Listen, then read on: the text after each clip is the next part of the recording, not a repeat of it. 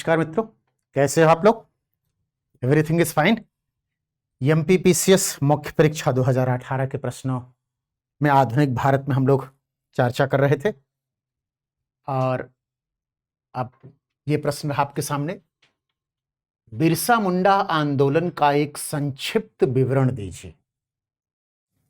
100 शब्दों में जो है इसको आपको बताना है। बिरसा मुंडा आंदोलन का, तो यहां थोड़ा सा आप ध्यान रखें कि मुंडा मूवमेंट तो एक था ही, लेकिन यहां बिरसा मुंडा को पूछ लिया है, तो आपको ध्यान रखना होगा। इसको इस आंदोलन को उलुग खानी या महाविद्रोह भी कहा जाता है,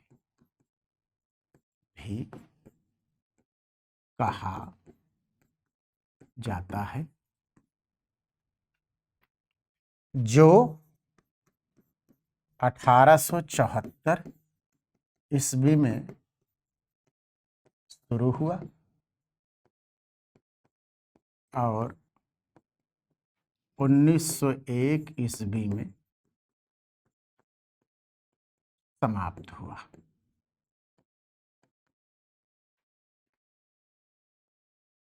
बिहार के या दक्षिणी बिहार आप कह सकते हैं, बिहार के छोटा नागपुर क्षेत्र में मुंडा जनजाति के लोगों की खूंट कट्टी पद्धति,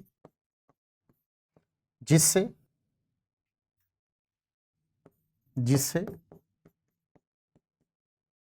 सामूहिक खेती परंपरा भी कहते हैं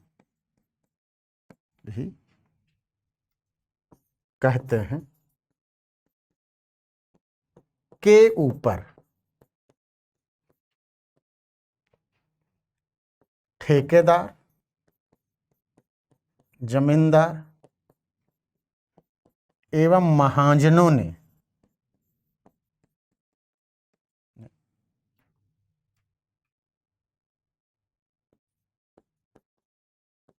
आक्रमण या धावा बोल दिया या हस्तक्षेप किया, कोई भी एक शब्द आप इस्तेमाल कर सकते हैं, हस्तक्षेप किया, जिसके कारण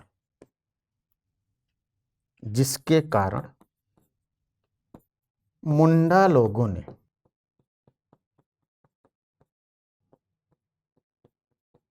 विद्रोह कर दिया।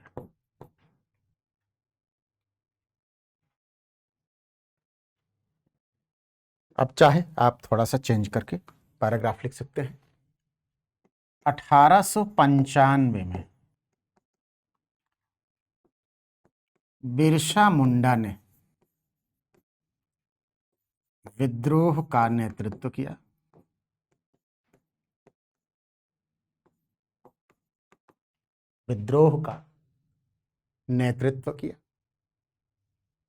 और अपने आप को भगवान का दूत घोषित किया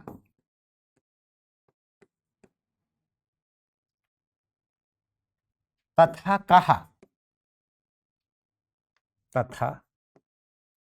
कहा कि उसके अंदर गजब की शक्ति आ गई है।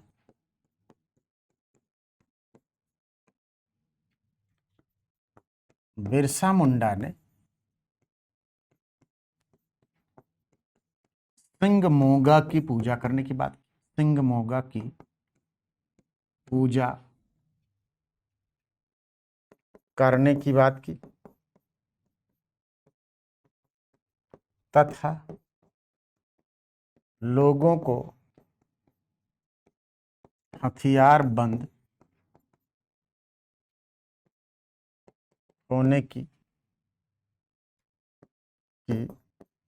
सलाह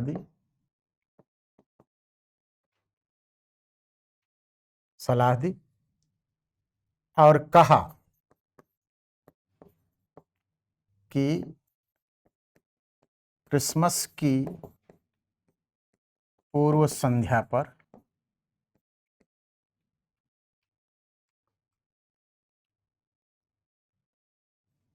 सलाह दी और कहा कि क्रिसमस की पूर्व संध्या पर हम लोग ठेकेदार, जमींदार, महाजन एवं ईसाइयों का कत्लेआम करेंगे।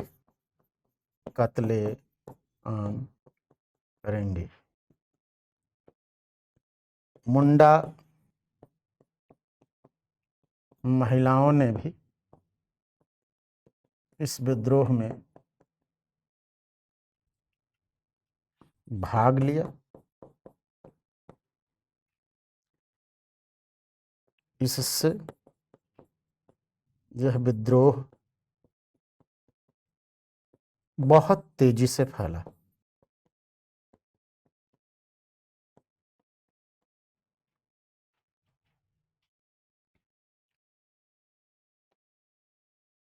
बिरसा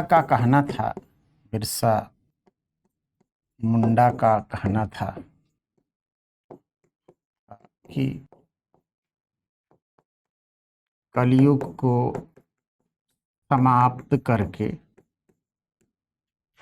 समाप्त करके सतयुग लाएंगे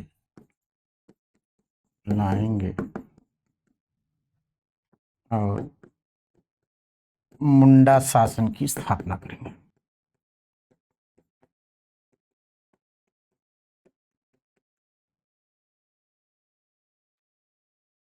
लेकिन अंग्रेजी शक्ति के सामने ये सब टिक नहीं पाए। बिरसा मुंडा गिरफ्तार हुआ और 1901 में हैजा से इसकी मृत्यु हो गई और आंदोलन समाप्त हो गया।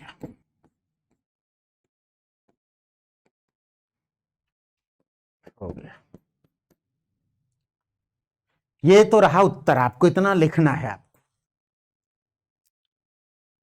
आप इसमें आप ये जरूर कर सकते हैं, जैसे चूंकि पूरा जब बताना है, आप चूंकि ये मैंने इंट्रोडक्शन दिया है इतना, क्योंकि किसी भी चीज को बताने के लिए सिस्टमेटिक वे में पूरी चीजें बतानी होती। बहुत सारे बच्चे जो नए होंगे तो वो भी जाने।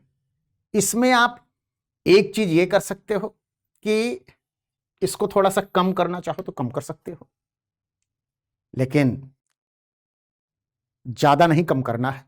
थोड़ा सा इलेबरेशन कम कर दो। आप चाहो तो इसको उलुग खानी महाविद्रोह जो इसने से शुरू हुआ इस क्षेत्र में, और खूंट कट्टी पद्धति सामूहिक खेती परंपरा पर भी कहते हैं कि ऊपर ठेकेदार जमींदारों ने आक्रमण या हमला, धावा, कुछ भी, तो यहाँ एक शब्द कम कर सकते हो, एक ही शब्द ले सकते हो कम, तो ये कम हो जाएगा थोड़ा सा। लेकिन इसमें और ज्यादा कुछ कम नहीं करना है, क्योंकि फिर आंसर आपका इनकम्प्लीट हो जाएगा। इसलिए आपको ध्यान रखना है इस चीज का। अब देखो क्या है कि बच्चों, जब औपनिवेशिक, थोड़ी सी मैं व्याख्या और कर दे रहा हूं। बच्चों, जब औपनिवेशिक शासन शुरू हुआ तो आप जानते हैं कि अंग्रेजों ने शुरू में तो जो प्लेन एरिया थे वहां कब्जा करना शुरू किया। धीरे धीरे करके अगर आप देखो तो 1803 में लॉर्ड लेक ने दिल्ली जीत लिया।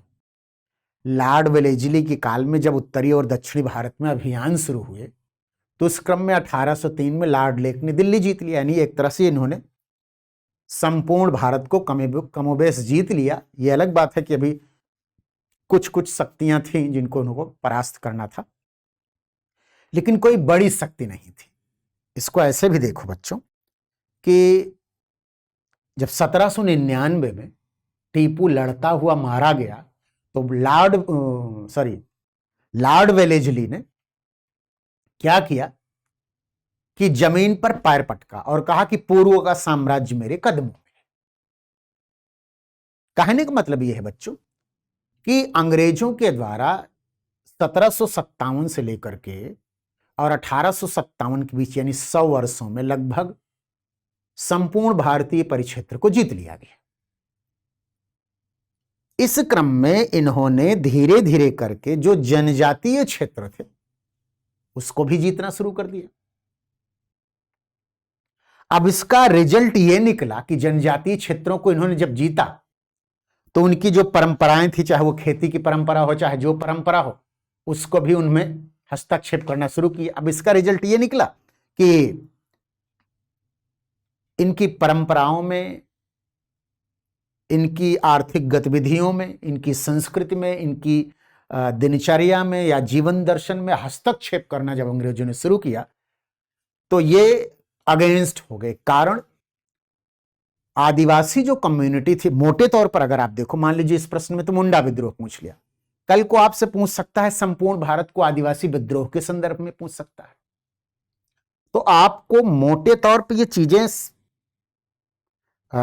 जानकारी में होनी चाहिए कि मूल चीज क्या है, क्योंकि आदिवासी तो भारत के कमोबेश सभी क्षेत्रों में है। कुछ स्टेट्स को आज की तारीख में अगर निकाल दिया जाए तो, नहीं तो चाहे वो राजस्थान हो, मध्य प्रदेश हो, उत्तर प्रदेश हो, महाराष्ट्र हो और बिहार हो, झारखंड हो, छत्तीसगढ़ हो, दक्षिण का क्षेत्र हो, तो हर जगह मिल जाएंगे आपको कमोबेश। आदिवासियों का जो जीवन था वो एक तरह से जो प्लेन एरिया यानी समतल एरिया, जो मैदानी क्षेत्र का जीवन था, उससे आइसोलेशन वाला जीवन था, उससे अलग था, पृथक था। वो अपनी संस्कृति में मस्त थे। तो उनकी क्या है कि उनकी अपनी पूजा पद्धति थी, उत्पादन की पद्धति थी, दिनचर्या थी, खान पान, रहन सहन, वस्त्र परिधान, वेशभूषा, बोली, सब कुछ एक तरह से अलग था। लेकिन अंग्रेजों की जो नीतियां थी बच्चों, वो तो बेसिकली इसी मुद्दे पर आधारित थी कि ज्यादा से ज्यादा राजस्व सृजन हो, लाभ कैसे मिले। तो संपूर्ण आदिवासी विद्रोह को आप देखोगे तो मेन कारण यही कि अंग्रेजों की नीतियों, जिसके कारण उन्होंने जंगल क्षेत्रों में हस्तक्षेप किया, वनोत्पाद को भी राजस्व का एक माध्यम माना, उनकी संस्कृति परंपराओं में हस्तक्षेप किया, उनके उत्पादों पर कर लगाया, उनके क्षेत्रों में सड़कों का विस्तार किया, क्योंकि राजस्व सृजन के लिए आधारभूत संरचना आवश्यक है, इसलिए किया। तो इस तरह से हम देखते हैं कि उन्होंने ये सारे कार्य करके आदिवासी क्षेत्रों में, फिर इस क्रम में एक चीज और स्पष्ट कर दूं कि ईसाई मिशनरियों की भी गतिविधियां मानी जाती हैं कि ईसाई मिशनरी जो है इन क्षेत्रों में पहुंची और यहाँ के लोगों को लालच दे करके, सुविधाएं दे करके, शिक्षा, मेडिकल की फैसिलिटी दे करके या थोड़ा बहुत प्रेशराइज करके इनका धर्मांतरण शुरू किया। ठेकेदारों के द्वारा, महाजनों के द्वारा, जमींदारों के द्वारा, जो ब्रिटिश सरकार के एक तरह से नुमाइंदे हैं, पिट्ठू टाइप के हैं, इनके माध्यम से शोषण शुरू किया। क्योंकि ब्रिटिश सरकार में जो लोग थे वो ब्रिटिशर्स तो मुट्ठी ही भर थे। ये सारे काम तो इन्होंने अपने पिट्ठुओं के माध्यम से करवाया, चाहे जमींदार हो, महाजन हो और ठेकेदार हो। तो एक तरह से इन दोनों की मिली भगत से आदिवासी क्षेत्रों का शोषण किया गया। उसी क्रम में बहुत सारे विद्रोह, इन्हीं विद्रोहों में एक विद्रोह जो है मुंडा विद्रोह है, जिसके बारे में मैंने आपको बताया। बिरसा मुंडा के बारे में तो भगवान बिरसा मुंडा के रूप में भी लोग जानते हैं, बिरसा मुंडा खुद भी कहता है कि हमारे अंदर दैवी शक्ति आ गई है, गजब की शक्ति आ गई है। लोगों का नेतृत्व करता है, लोगों को हथियारबंद करने की कोशिश करता है। दसियों हजार मुंडा इकट्ठा हो गए थे। महिलाएं भी एक तरह से विद्रोह में भाग लेने लगी थी। और जब बिरसा मुंडा ने 1895 के आसपास नेतृत्व संभाला तो मुंडा विद्रोह काफी उसकी इंटेंसिटी, तीव्रता बढ़ गई। और बिहार का छोटा नागपुर का जो एरिया था, इसमें जब अंग्रेजों ने पिट्ठुओं के माध्यम से हस्तक्षेप किया तो विद्रोह की प्रक्रिया तो 1874 के आसपास ही शुरू हो गई थी। लेकिन जब बिरसा मुंडा नेतृत्व करने आया तब विद्रोह का सामाजिक आधार विस्तृत हुआ, महिलाओं की भागीदारी बढ़ी, लोग हथियारबंद हो गए, तमाम तरह के आदर्श घोषित किए गए कि कलयुग को समाप्त करना है, सतयुग की स्थापना करना है, मुंडा शासन की स्थापना करना है, ठेकेदार, जमींदार और महाजन और जो ईसाई लोग हैं इनका कत्ल करना है। तमाम तरह की घोषणाएं की गई। हथियारबंद जो फरसा, गड़ासा, लाठी डंडे जो इनके पास थे इन्होंने किया। लेकिन आप देखते हैं कि सारे विद्रोह समाप्त कर दिए, चाहे वो मिंडा हो, संथाल हो, भील हो, कोल हो, जो भी विद्रोह, खासी विद्रोह हो जो मेघालय क्षेत्र में, कहीं का भी कोई भी जो जनजातीय आदिवासी विद्रोह था, उन सभी विद्रोहों को इसलिए समाप्त कर दिया गया बच्चों, क्योंकि आदिवासी लोग मोटे तौर पर, अब आपसे इन फ्यूचर ऐसा भी प्रश्न पूछ सकता है, मोटे तौर पर अगर आप देखो तो कारण यह है कि अंग्रेजों के पास अस्त्र शस्त्र एक से एक बढ़ करके आधुनिक अस्त्र शस्त्र, प्रशिक्षित सेना, कुशल नेतृत्व, व्यावसायिकता, संगठन, योजना, तो वो ज्यादा दक्ष थे, आधुनिक थे। अब ये परंपरागत ढंग से लड़ने वाले लोग थे, ये इतने दक्ष कुशल नहीं थे कि अंग्रेजी सत्ता का मुकाबला कर सके, और अंत में रिजल्ट यही निकला। बिरसा मुंडा को ये लोग पकड़ लिए, मारे तो नहीं, जेल में बंद कर दिए, जेल में हैजे से इसकी मृत्यु हो गई। पता नहीं हैजा हो गया या हैजा करवा दिया गया। तो शासन प्रशासन में अपनी सत्ता के लिए आदमी कुछ भी कर लेता है। इसको हम इस तरह से भी देख सकते हैं कि कैसे ये काम हुआ। Is it clear? तो इतना तो कम से कम आपको लिखना है। थोड़ा बहुत अगर शब्द ज्यादा है तो इलेबोरेट आप थोड़ा सा कम करेंगे, इससे सही हो जाएगा। अगला, कुंवर सिंह पर एक संक्षिप्त टिप्पणी लिखिए। कुंवर सिंह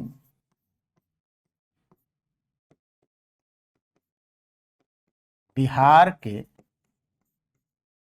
शाहाबाद जिले के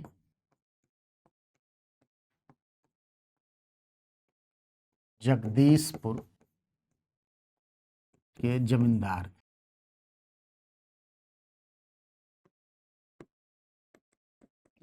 था, लेकिन अंग्रेजी शोषण के खिलाफ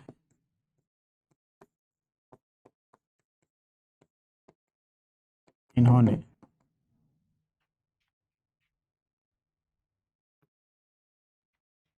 विद्रोह कर दिया।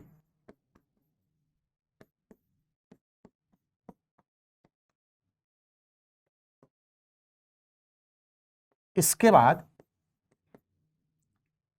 ये आजमगढ़ गए, आजमगढ़ उत्तर प्रदेश में, आजमगढ़ गए, वहां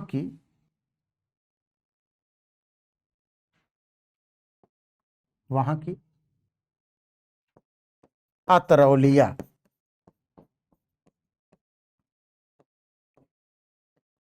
तहसील में इन्होंने मिलमैन के नेतृत्व में भेजी गई अंग्रेजी सेना को परास्त किया।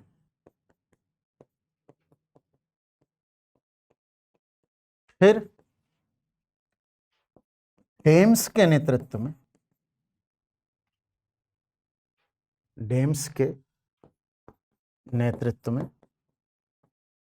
एक और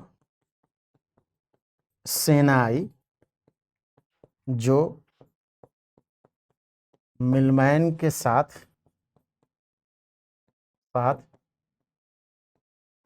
संयुक्त रूप में लड़ी, संयुक्त रूप में लड़ी, लेकिन इससे भी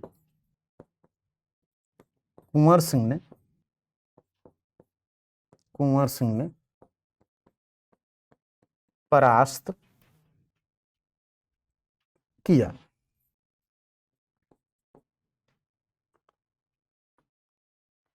इसके बाद लॉर्ड कैनिंग ने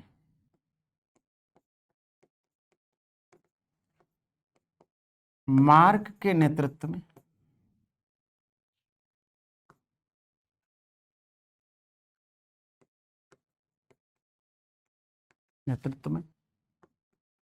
एक सेना भेजी।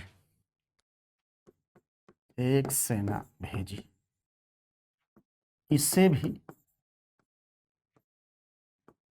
कुंवर सिंह ने परास्त किया। इसके बाद बाबू कुंवर सिंह जगदीशपुर लौट आए।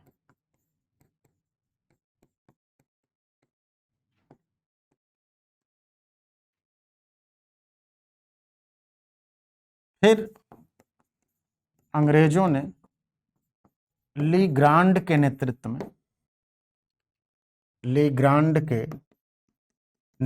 में एक सेना भेजी, जिसे बाबू कुंवर सिंह ने परास्त किया। लेकिन इनके हाथ में गोली लग गई,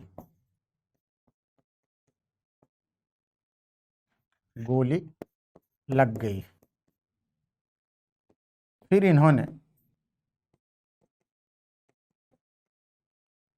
इन्होंने हाथ को काटकर गंगा जी को अर्पित कर दिया।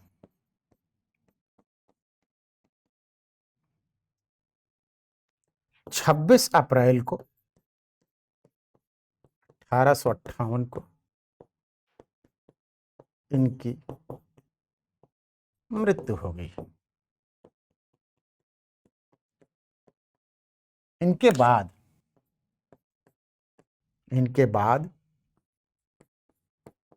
इनके भाई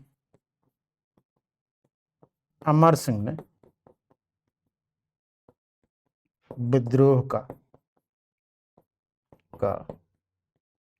नेतृत्व किया। तो इस तरह से आप देख सकते हैं बच्चों कि बाबू कुंवर सिंह ने कैसे अदम्य साहस का परिचय दिया। अब इतना तो आपको पॉइंट आउट करना है। इसमें जैसे जो भी अंग्रेज सैनिक अपॉइंट किए गए उनको आपको दिमाग में रखना है, विशेष रूप से उल्लेखनीय है, क्योंकि आप जानते हैं कि मिलमैन, डेम्स और फिर जो है ली ग्रांड, मार्क, सबको मतलब जो चार नेता जो सैनिक नेता थे, सैनिक नेतृत्व करने वाले थे, उनके नेतृत्व में सेना भेजेगी। कुंवर सिंह का आप साहस देखिए। इतना तो आप लिख देंगे, ये आंसर है, इसको आप पुट कर देंगे।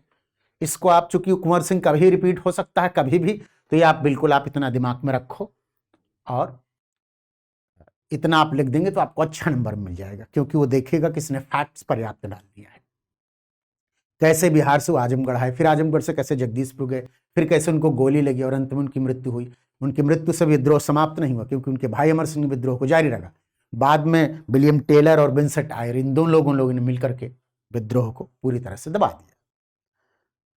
यहां जो थोड़ा समझने वाली चीज है बच्चों, ये है कि बाबू कुंवर सिंह एक जमींदार थे। आप जानते हैं कि जमींदारों की, बहुत सारे जमींदारों की जमींदारी चली गई। बाबू कुंवर सिंह भी अंग्रेजी शोषण से त्रस्त थे, अंग्रेजी नीतियों से परेशान थे। इनको भी लगता था कि ऐसे शासन प्रशासन को समाप्त किया जाए। जब 1857 के विद्रोह की शुरुआत हुई तो आप देखिए कि कैसे बिहार के बहुत सारे क्षेत्रों में विद्रोह शुरू हो गया। पटना में भी, शाहाबाद में भी, और अन्य क्षेत्र जो गया वगैरह थे, वहां भी विद्रोह की प्रक्रिया देखने को मिलती है थोड़ी बहुत। बाबू कुंवर सिंह ने शाहाबाद जिले के जगदीशपुर के थे और यहीं इन्होंने विद्रोह का झंडा बुलंद किया। यहां विद्रोह करने के बाद जो है ये, चूंकि जब इनको दबाने के लिए अंग्रेजी सेना भेजी गई, मिलमाइन के नेतृत्व में, इसको हराया। अच्छा, यहां एक चीज और महत्वपूर्ण है कि इन्होंने जगदीशपुर में नेतृत्व किया। जब इनको लगने लगा कि यहां थोड़ी स्थिति अभी बहुत अनुकूल नहीं है, तो ये आजमगढ़ गए। आजमगढ़ उत्तर प्रदेश का एक जिला है आज की तारीख में, वहां तरौलिया नामक एक तहसील में। वहां जो है अंग्रेजी सेना ने जब इनको दबाने की कोशिश की तो इन्होंने क्या किया कि अपने समर्थकों के साथ मिलकर के एक जबरदस्त टक्कर दी, और जो भी अभियान भेजे गए ब्रिटिश सरकार के द्वारा, लॉर्ड कैनिंग के द्वारा या ब्रिटिश सेना के द्वारा, चाहे वो मिलमैन के नेतृत्व में, डेम्स के नेतृत्व में, मार्क के नेतृत्व में, या लास्ट में लीग्रांड के नेतृत्व में भेजे गए, सारे अभियानों को इन्होंने समाप्त किया, इन्होंने हराया। इनका महत्व इसलिए कि इन्होंने 4 बार अंग्रेजी सैनिकों को हराया, एक बार नहीं। विद्रोह का महत्व आप समझो। कल को इस ढंग से भी प्रश्न पूछे जा सकते हैं। तो आप देखो कि कैसे इन्होंने अपनी सूझबूझ से अपने समर्थकों के नेतृत्व में जो सेना का गठन किया और अंग्रेजी शोषण से त्रस्त लोगों को लामबंद किया। और उस युग में जब इनके पास बहुत प्रगतिशील या आधुनिक अस्त्र शस्त्र नहीं थे, इन्होंने विद्रोह किया और अंग्रेजी सेना को हराया। बहुत बड़ा काम था, और वो भी एक बार नहीं, 4 सेनापतियों को, मतलब इनके नेतृत्व, मतलब इनको हराने के लिए जिसके नेतृत्व में सेना अंग्रेजों ने भेजी थी। तो ये काबिले तारीफ, ये उल्लेखनीय योगदान है इनका 1857 के विद्रोह में, कि कैसे इन्होंने अंग्रेजी सेना को 4 बार हराया। ये बहुत महत्वपूर्ण चीज है। लास्ट में ये लड़ते रहे, चूंकि जब लास्ट में ये जगदीशपुर आए तो यहां लीग्रांड के नेतृत्व में एक आई सेना, उसका डटकर मुकाबला किया और उसको भी अंत में हराया। लेकिन इनके हाथ में गोली लग गई। गोली लगने के बाद जहर इतना ज्यादा फैल गया कि अंत में इनको हाथ कटवाना, और इन्होंने अपना हाथ काट करके गंगा मैया को अर्पित कर दिया। फिर युद्ध लड़ते रहे, लेकिन 26 अप्रैल को इनकी मृत्यु हो गई। इनकी मृत्यु के बाद ऐसा नहीं हुआ कि विद्रोह समाप्त हो गया, नहीं। इनके भाई अमर सिंह ने विद्रोह का झंडा बुलंद रखा। लेकिन जैसा कि 1857 के विद्रोह के बारे में अगर आप थोड़ा बहुत जानते होंगे, असफलता का कारण क्या है, तो इसमें एक महत्वपूर्ण चीज यह है कि भारतीय जो विद्रोही थे, नेता थे, ये सब साधारण लाठी डंडे, फरसे गड़ासे से लड़ रहे थे, जबकि अंग्रेज राइफल से लड़ रहे थे। एनफील्ड राइफल, एक नई एनफील्ड राइफल आई थी, दमदम वगैरह में इसके कारतूस बनते थे। यहां एक लाइन शेयर करना चाहूंगा कि नाना साहब तो कहते थे कि यह तो बिना चले ही मार देती थी। 1857 के विद्रोह के जो भी नेता थे, कि आपके पेपर में आएंगे प्रश्न, 1857 विद्रोह की असफलता वगैरह तो मैं उसको डिटेल करूंगा ही, लेकिन प्रसंग बस व्याख्या के संदर्भ में मोटे तौर पर यह मैं स्पष्ट करना चाहता हूं कि 1857 के विद्रोह जो तात्कालिक रूप से असफल हुए, उसके मूल में एक चीज ये है कि हमारे पास ऐसा नहीं कि कुशल नेतृत्व की कमी थी। हमारे पास सबसे महत्वपूर्ण जो चीज होनी चाहिए थी, जो नहीं थी, वो था अस्त्र शस्त्र, क्योंकि हमारे सैनिक बहुत बहादुर थे, वीर थे। कारण उन्हीं भारतीय सैनिकों के सहयोग से तो विद्रोह को दबाया गया। तो कैसे दबा लिए? क्योंकि उनके पास एनफील्ड राइफल थी, अस्त्र शस्त्र, गोला बारूद, तोप इत्यादि चीजें थी, और हमारे पास लाठी डंडे, लड़ने वाले सैनिक भी अप्रशिक्षित टाइप के। तो सैन्य तंत्र कमजोर था। और वाइडली अगर आप सोचोगे तो भाई नेतृत्व, संगठन, कार्यक्रम, विचारधारा, अस्त्र शस्त्र, व्यावसायिकता, संगठनिक कमजोरी, बहुत सारे फैक्टर काम करेंगे। ऐसा नहीं है कि जो है ये एक ही फैक्टर था। लेकिन फिर भी इन वीर पुरुषों ने विद्रोह को आवाज दे करके भारतीयों में आत्मबल दिया एक तरह से। भले तात्कालिक रूप से सफल नहीं हुआ विद्रोह, लेकिन बाद में यह असफलता हमें प्रेरित की कि हम एकजुट हो जाएं, लामबंद हों। फिर हुए हम, आजादी मिली हमें। तो 1857 का विद्रोह तो एक विभाजक रेखा के रूप में आप देख सकते हो इसको, जिसमें इन सब वीर पुरुषों का महत्वपूर्ण योगदान है। इसलिए इन पर आप क्वेश्चन पूछे जाते हैं। बाबू कुंवर सिंह को स्पेशली इसलिए महत्व दिया गया कि इन्होंने अंग्रेजी सेना को परास्त किया। इस तरह से इनको हम देख सकते हैं। Is it clear? तो हम लोग अब मिलते हैं अगले वीडियो में।